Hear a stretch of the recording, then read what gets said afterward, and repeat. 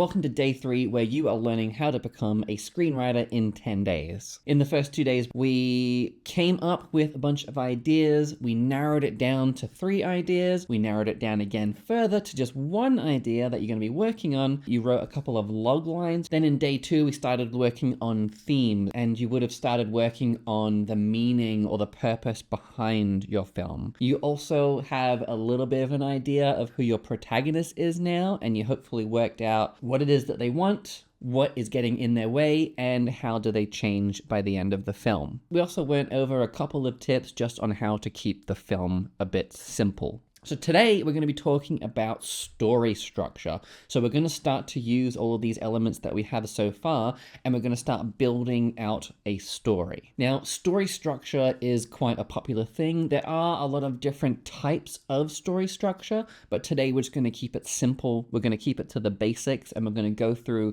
the 3-act structure. Structure is an interesting concept, and a lot of people might look at structure thinking, oh, like I don't need film to have structure. That'll just be the same as everything else. You have to also understand that we don't make films and stories from structure. Structure is telling us how we naturally perceive stories or how we naturally create stories. So the way that story structure was coined, I suppose, is that, people looked at all of the different stories that happened over history or a period of time, and they noticed the commonalities that come out in our stories. And those commonalities happen because life itself has all of these elements. It might have them several different times, might have them many times throughout our entire life. There is a beginning, there is a middle, there is an end, and then there'll be moments where there are obstacles and challenges, and we have to overcome those in order to become a better person. And then in order to overcome our own issues or, maybe our own insecurities, for example, we then have to face our deepest fears in order to then overcome it and grow and progress as a person. And of course, this is just a very basic summary of what I'm trying to talk about, but using story structure isn't just a way to make everything the same. Obviously we do see a lot of movies these days where there is a lot of repetition and things kind of feel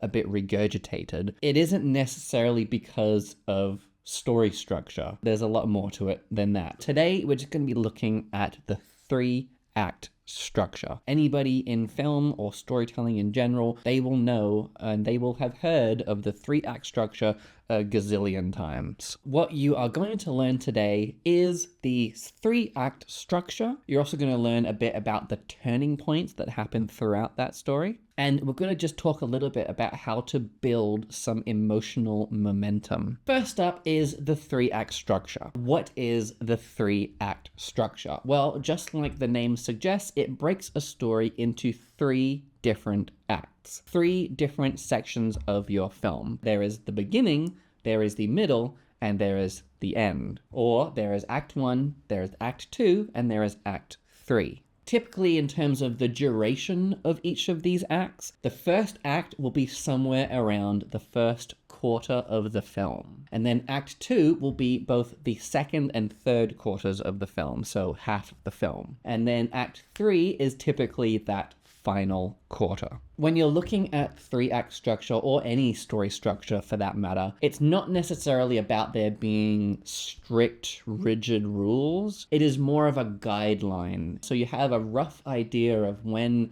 this kind of thing would naturally happen in a story. As viewers of film, we are consciously or at very least subconsciously expecting to feel certain things.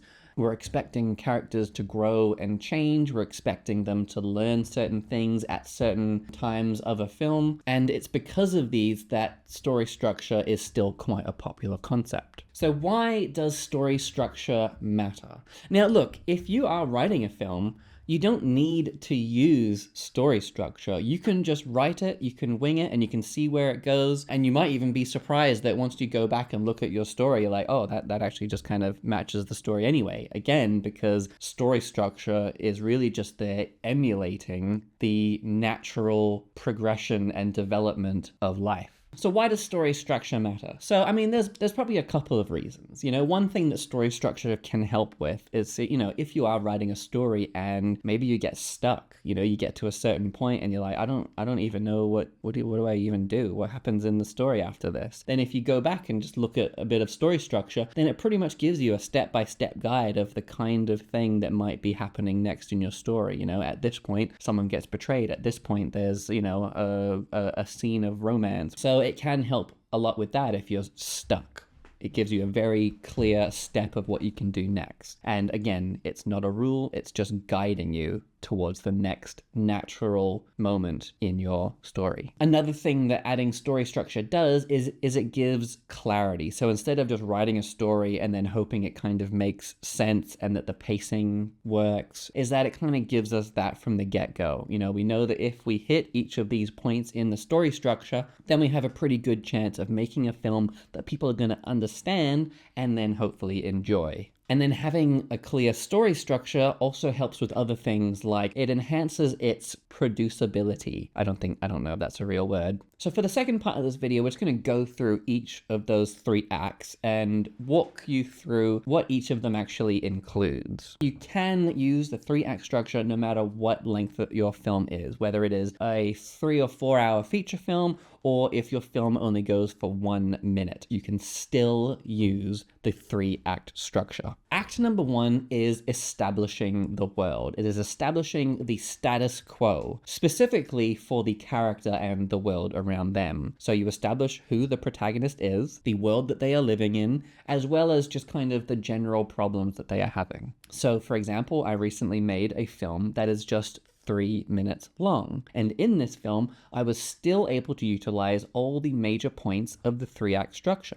So in the beginning, they are sitting, they are alone, they are staring over at the person that they are in love with. And that is the status quo. So because it's a short film, there are just a few elements, but it still meets that criteria. You are introducing the status quo, the characters, the world that they live in, as well as whatever kind of challenge or imbalance there is in the world. So for me, the protagonist is this lonely person. So clearly there is something missing. There is something that they want, and that is what the film is about. The other thing that the first act involves is the inciting incident. Now, if you've watched a lot of my other videos online, YouTube, etc., then you've probably heard me mention this one a few times. The inciting incident is that one thing that triggers the rest of the story. Frodo being given the ring and thrust into the adventure. For this 3-minute short film that I made, it is the person who finds an egg in the bin that happens to contain the devil trapped inside. Moving on to act number 2. This is where things sometimes get a bit trickier for filmmakers, especially if you are working on a story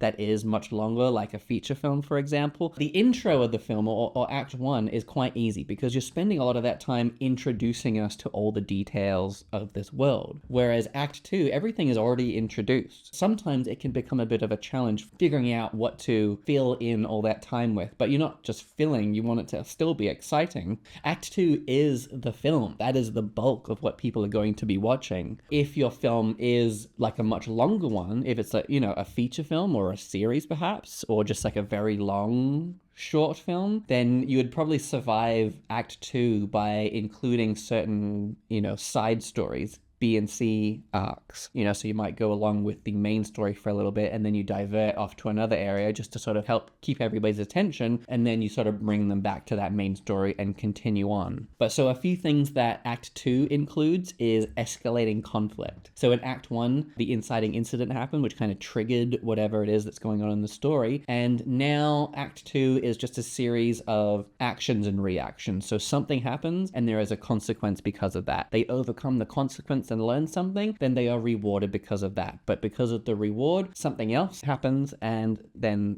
the cycle just kind of goes on and on. The middle of the film typically is where there is some kind, things are turned on their head. The table is flipped. This is when there'll be a major betrayal. This is when the protagonist will discover something new, something big. The middle of the film is typically where the protagonist realizes that what they thought was their goal is actually incorrect. If someone has sent them on a task to find somebody, then the middle of the film might be the point where the protagonist realizes that the person who sent them on the job is actually the one that they're after. Something like that. It just, everything is flipped on its head. The characters are facing obstacles, they are learning from this, they are being rewarded for that, then facing more and more, and everything is escalating. So if they're facing some kind of challenge, that challenge just needs to be a bit more dangerous or high stakes than whatever came before it. Then, of course, act number 3. And act number 3 is probably one of the easier ones to write, because in a lot of cases, act number 3 is probably the thing that made us want to make this idea in the first place, because it has, you know, the big exciting moment, the heroic moment, the things where things change, the fight scene or the big romantic gesture, whatever it might be. Act 3 is the exciting bit, and this is the part that everyone is here for.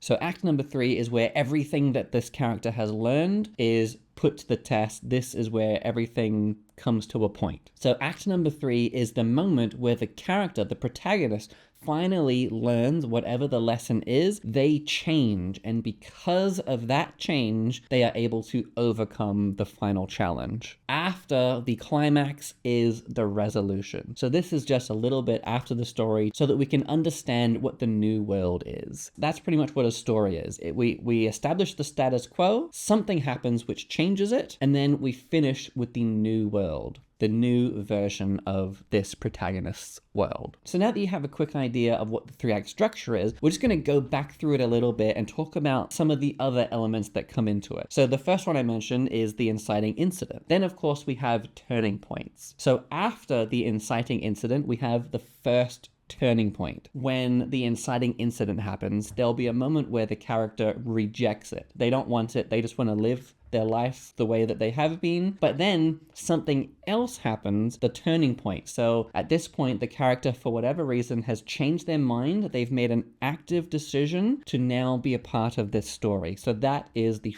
first turning point. And the first turning point is the point of no return. They cannot go back after that. Then, like I've already mentioned, the next important element is the midpoint. So again, this is when something is flipped on its head. This is when everything changes. The goal is now revealed to be something new. The second turning point is what happens just before the climax. So this is the point where if you do have a happy ending, then this second turning point is where your protagonist will be at their lowest point. They'll be at the lowest low. They've been beaten with an inch of their life in the alleyway, so that then in the next scene, so that at that point they will be at their absolute lowest. They have never been this low in their entire life, because that means that that moment between the second turning point and the climax is a bigger test than what they have ever faced. And that is what makes these moments dramatic. That's what makes us invested in that moment of the climax. We are seeing someone go through the ultimate ordeal, and, you know, we're invested in this character. We maybe see a little bit of ourselves in them. And if they can do it, at least subconsciously, it might make us feel like we can do it too. We can overcome that big fear that we've always had. And then, of course, yes, climax, resolution, and then that's the film done. So it's pretty easy,